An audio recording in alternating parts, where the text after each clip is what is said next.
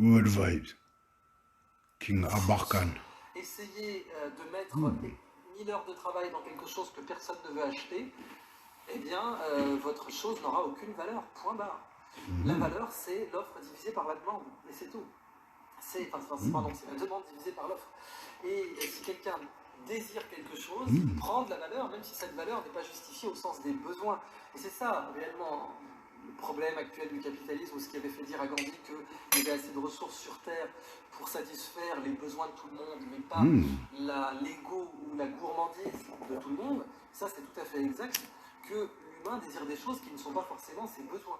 Il y a une réelle dispersion entre besoin et désir. Quelque chose peut être désirable, c'est ça en général qui crée son prix, mais ne pas être un besoin de l'humain. Et déterminer Il va dire un truc intéressant. Listen. Déterminer quels sont les besoins d'un humain, c'est quelque chose d'extraordinairement difficile. Mais c'est certainement pas à un État ou à une organisation politique de le faire. C'est à l'humain lui-même de le faire.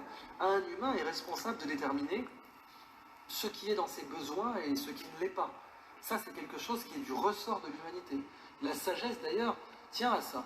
La sagesse, ou c'est peut-être plutôt une sécrétion de la sagesse, que d'être capable de dire ce qui est un besoin et ce qui est quelque chose de superflu. C'est de là que vient, aujourd'hui on appellerait ça le minimalisme.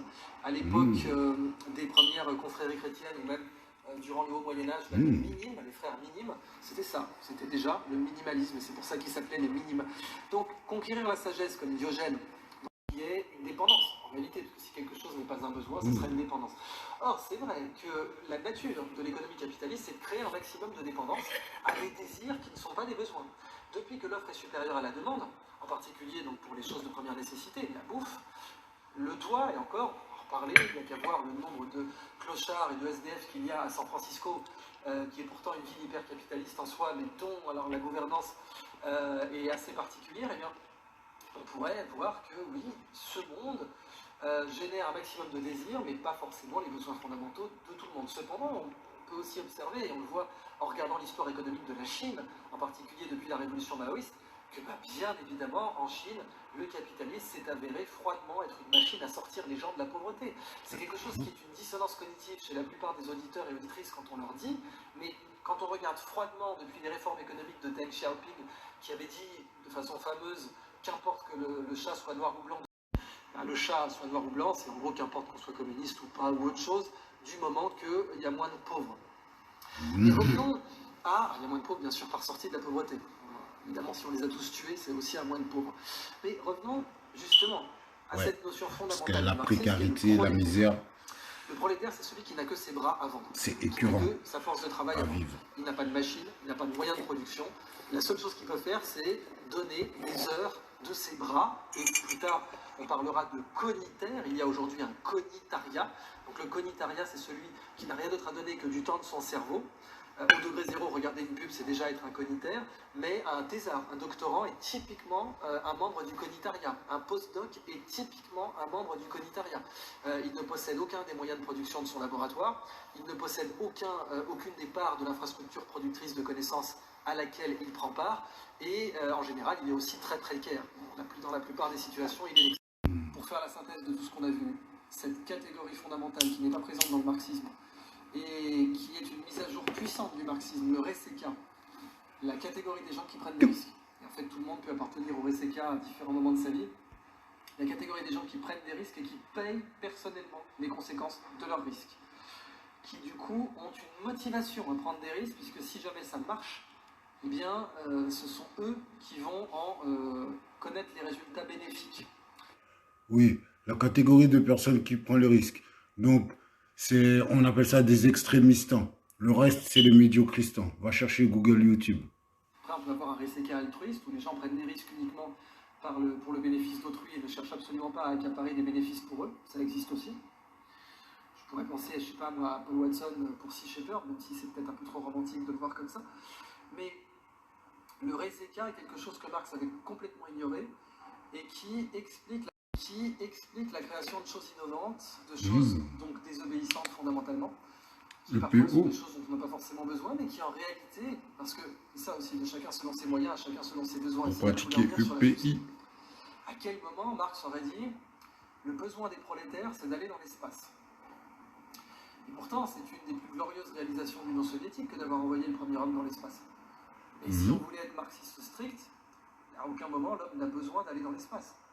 En fait, si on veut aller plus loin, il a des besoins spirituels, des besoins de réalisation, de défis, mais des besoins aussi techniques. Aller dans l'espace, ça permet de développer des technologies nouvelles qui peuvent être utiles aux prolétaires dans des circonstances plus terre à terre, sans mauvais jeu de mots. Et on le sait aujourd'hui que la conquête spatiale apporte tout un tas de bénéfices technologiques à la vie de tous les jours. Comme la Formule 1, par exemple. Donc en réalité, Good vibes. cette notion de besoin et de moyens est fin de cette série sur la production de richesse, sur la prise de risque, sur la production et la répartition, sur le fait que oui, réellement, ce sont les preneurs de risque qui créent de façon disparitaire les richesses, et que ça ne signifie pas que les richesses doivent être disparitaires dans leur répartition, mais que la meilleure façon de répartir des richesses, c'est la façon volontaire, et qu'on le voit progresser systématiquement. Good Et vibes. tout un tas de biens et de services comme ce drone, eh bien, il faut qu'il y ait eu un RESECA, une catégorie de preneurs de risques, et que ce n'est en aucun cas la quantité de RESECA, catégorie de preneurs de risques ou extrémistes. dans un produit qui crée sa valeur. Ce drone, quand je l'achète, je me contrebats complètement les parties intimes avec une porte-fenêtre de savoir combien d'heures de travail sont allées dedans. Ce qui m'importe, c'est combien je suis prêt à le payer pour le service qu'il me rend. Et c'est ce qu'on appelle en économie la willingness to pay. Et c'est ça qui fixe un prix. Il y a eu un vrai écart, une catégorie de preneurs de risques, et que ce n'est en aucun cas la quantité de prix. RESECA, catégorie de preneurs de risques ou extrémistes.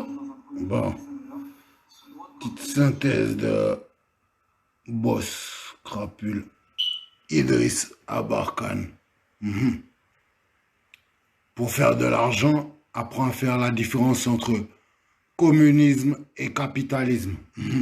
Pour comment faire de l'argent et bien brancher ton cerveau, va suivre Idriss Abarkan. Ouais.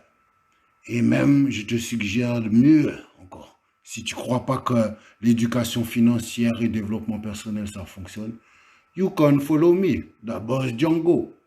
De temps en temps, je te montre les résultats des travaux des mentors Idriss Abarkan, Tony Robbins, Les Brown, Jim Rohn, etc. Big up.